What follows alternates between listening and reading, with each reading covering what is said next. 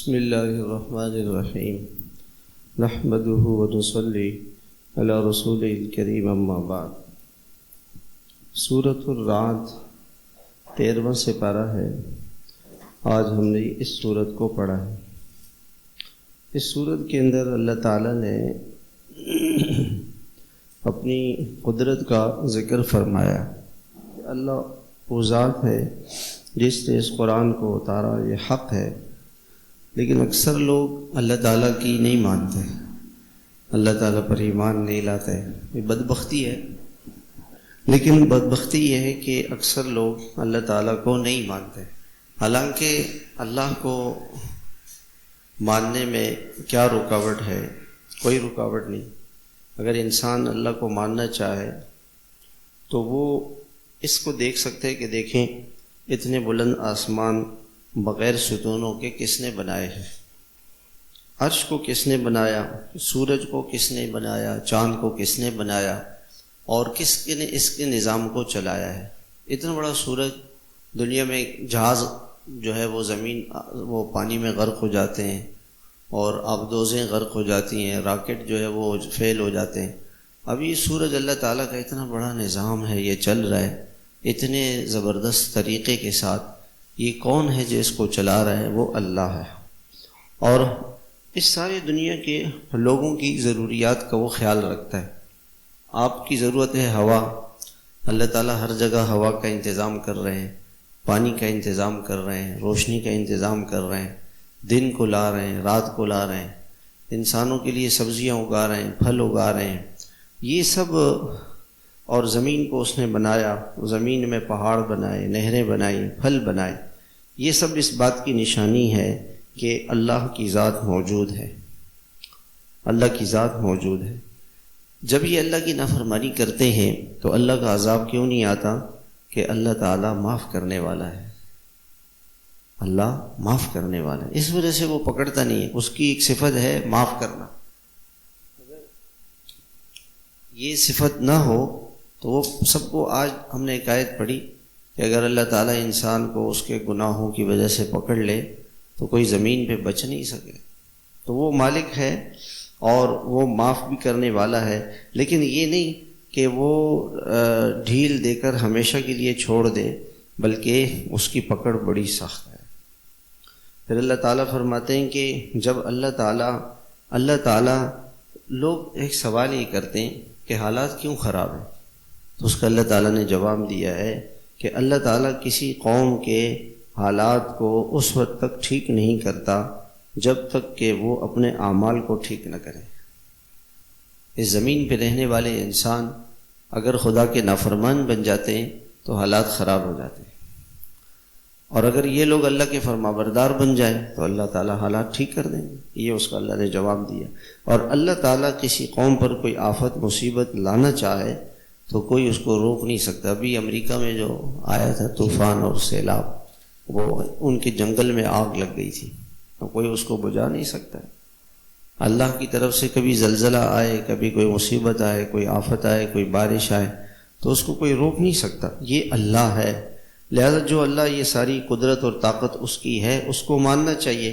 جو اللہ کی فرما برداری کریں گے ان کے لیے اس دنیا کے اندر بھی اچھے حالات ہوں گے اور آخرت میں بھی۔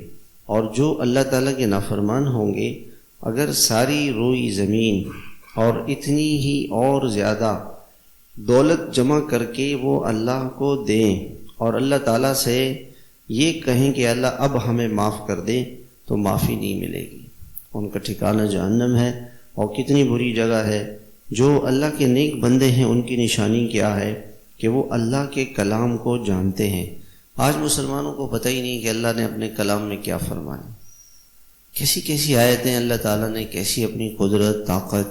ایک زبردست، دیکھیں ایک آدمی ایک چھوٹا سا فلیٹ بناتا ہے، بلڈنگ بناتا ہے، اس بلڈنگ کے وہ ایڈورٹائز کرتا ہے، ساری دنیا کو پتہ چل جاتا ہے یہ اس کے اندر یہ ہے یہ ہے۔ اللہ پاک نے اتنی بڑی جنت بنائی ہے، اور وہ جنت انسان کو کل ملنے والی ہے، اور اللہ تعالیٰ کی بات جو ہے وہ تو دیکھیں، کسی بلڈنگ والے نے کہا میں بلڈنگ بناؤں گا، کتنے لوگ ایسے ہیں جو مر جاتے ہیں، بنا نہیں پاتے، دنیا میں ہی ان کی چیزیں رہ جاتی ہیں، اور ان کے کیے ہوئے وعدے پورے نہیں کرتے، اللہ تعالیٰ اپنے وعدے کو پورا کرنے والے ہیں۔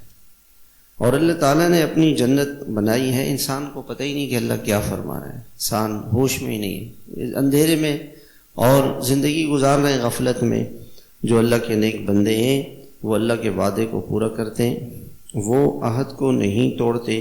اللہ تعالیٰ نے رشتوں کے جوڑنے کا حکم دیا، وہ رشتے جوڑتے ہیں، اپنے رب سے ڈرتے ہیں اور برے حساب سے ڈرتے ہیں کہ کہیں ایسا نہ ہو کہ آخرت میں جب ہم اللہ کے پاس جائیں تو ہم ناکام نہ ہو جائیں۔ صبر کرتے ہیں۔ دنیا میں روزے کا ایک بہت بڑا مقصد یہ ہے کہ انسان صبر سیکھے، حلال کھانے سے صبر، حلال پانی سے صبر، حلال بیوی سے صبر۔ اب غصے سے بھی صبر سیکھے، غصے سے صبر کرے، نامحرم کو دیکھنے سے صبر کرے، موبائل کو غلط استعمال کرنے سے صبر کرے، سود کھانے سے صبر کرے، رشوت کھانے سے صبر کرے، کسی کو گالی دینے سے صبر کرے۔ صبر سیکھتا ہے، سیکھے انسان۔ آج کتنی بے صبری ہے، اگر آپ یہاں سے صدر جائیں، راستے میں آپ کو کہیں ضرور لوگ لڑتے ہوئے ملیں گے، بھئی کیا ہے، انسان ہے یار، غلطی ہو گئی، معاف کر دو۔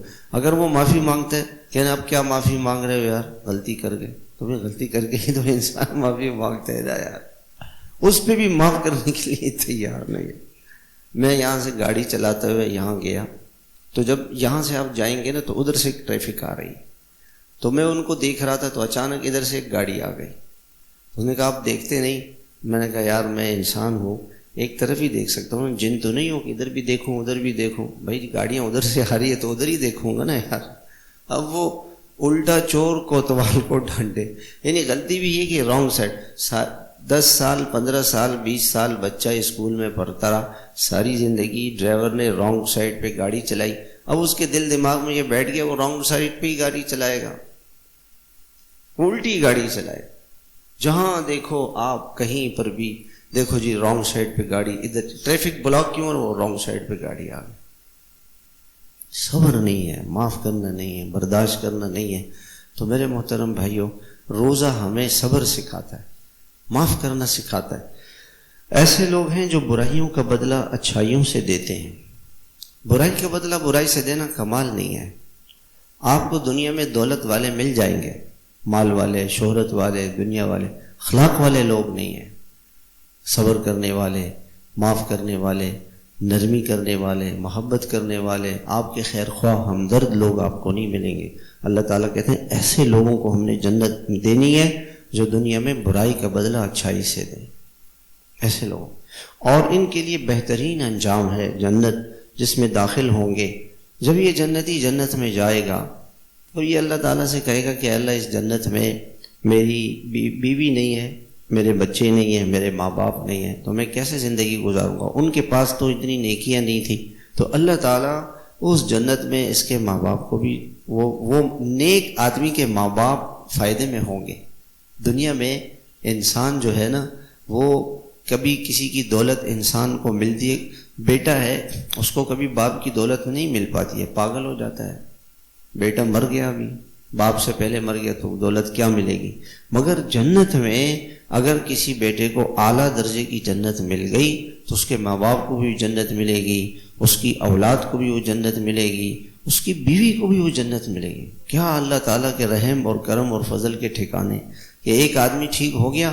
بعض اوقات ایک آدمی نیک ہوتا ہے، اس کی اولاد ذرا گڑبڑ کرتی ہے، لوگ کہتے ہیں دیکھو بیٹے کیسے ہیں، کوئی بات نہیں، اللہ تعالیٰ قیامت میں اس شخص کی نیکی کی برکت سے اس کی اولاد کو جنت دے دیں۔ اللہ تو دینے والے ہیں، وہ تو عطاؤں کے دینے والے ہیں۔ تو ہمیں کسی کی اولاد کو نہیں دیکھنا چاہیے کہ اس کی اولاد کیسی ہے۔ تو ایک نیک آدمی اپنے ماں باپ، اپنی اولاد، اپنے بیوی بچوں کے لیے جنت کے اعلیٰ درجوں میں جانے کا ذریعہ بنے گا۔ اور فرشتے ان کے پاس آئیں گے اور سلام کریں گے فرشتے، اور کہہ کہ دیکھو کیا خوب جنت ملی تمہیں۔ جن لوگوں نے اللہ کے عہد کو توڑا، اللہ کی نافرمانی کی اور رشتوں کو توڑا اور زمین میں فساد مچایا، چوریاں کی، ڈکیتیاں کی، لڑائی جھگڑے کیے، ایسے لوگوں پر اللہ کی لعنت ہے، ان کے لیے برا گھر ہے جہنم کی آگ۔ اللہ تعالیٰ جس کو چاہتے ہیں روزی زیادہ دیتے ہیں، جس کے لیے چاہتے ہیں تنگ کر دیتے ہیں۔ یہ آج لوگوں نے دنیا کی زندگی کو سب کچھ سمجھ لیا، یہ دنیا کی زندگی آخرت کے مقابلے میں کچھ بھی نہیں ہے، یہ چند سیکنڈ کی زندگی ہے۔ دیکھیں دنیا کی زندگی کی مثال اللہ تعالیٰ یوں دینا چاہتے ہیں جیسے آپ کسی مثال کے طور پر آپ یہاں سے جا رہے ہیں سعودی عرب جدہ جا رہے ہیں عمرہ کرنے کے لیے، راستے میں آپ نے تھوڑی دیر کے لیے 2-3 گھنٹے کے لیے دبئی میں اسٹے کرنا ہے، تو اب آپ سوچیں گے کہ اس 2 گھنٹوں میں مجھے ہر سہولت مل جائے کہ یار چھوڑو تھوڑا سا وقت ہے، کیا ہے گزر جائے گی یار۔ پوری دنیا کی زندگی ایسی ہے جیسے کسی آپ اسٹیشن پہ گاڑی کا انتظار کر رہے ہیں، مسافر بس اڈے پر تھوڑی دیر کے لیے باہر کھڑا ہوا ہے، رکشے کا انتظار کر رہا ہے کہ رکشہ آئے گا اس میں بیٹھ کے چلے جاؤں گا۔ دنیا کی زندگی یوں ہے، اور آخرت کی زندگی کتنی بڑی ہے جس کو انسان بھول گیا ہے۔ پھر اللہ تعالیٰ فرماتے ہیں دنیا کے اندر ایک چیز، بہت ساری چیزیں اللہ کے خزانوں میں ہیں، سب کچھ ہے، مگر ایک چیز ایسی ہے جو دنیا میں کسی کے پاس نہیں ہے، وہ ہے اطمینان، سکون۔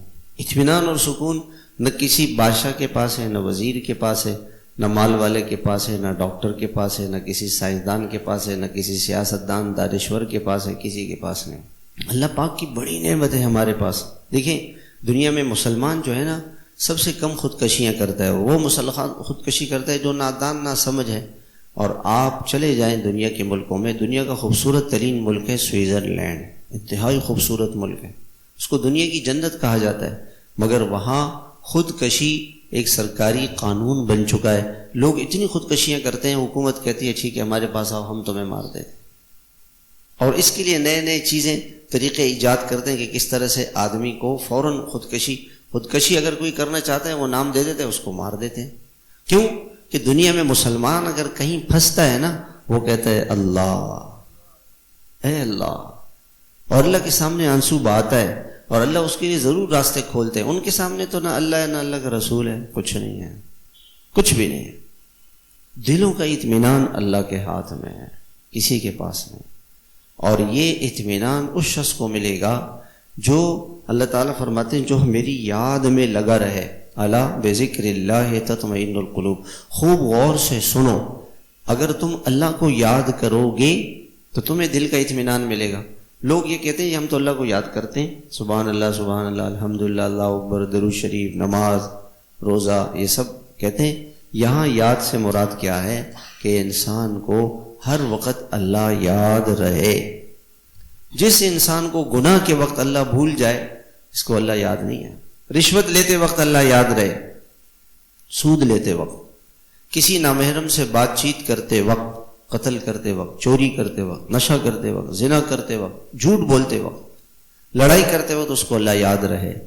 جس کو اللہ یاد رہے گا، بیوی بچوں کے ساتھ بات چیت کرتے ہوئے، ماں باپ کی خدمت میں رہتے ہوئے، اسکول کالج یونیورسٹی میں پڑھتے ہوئے، دفتر میں، دکان میں، عدالت میں، حکومت کی کرسی پر، جس کو اللہ یاد ہوگا وہ اللہ کی نافرمانی نہیں کرے گا، اور اللہ اس کو دل کا اطمینان دیں گے۔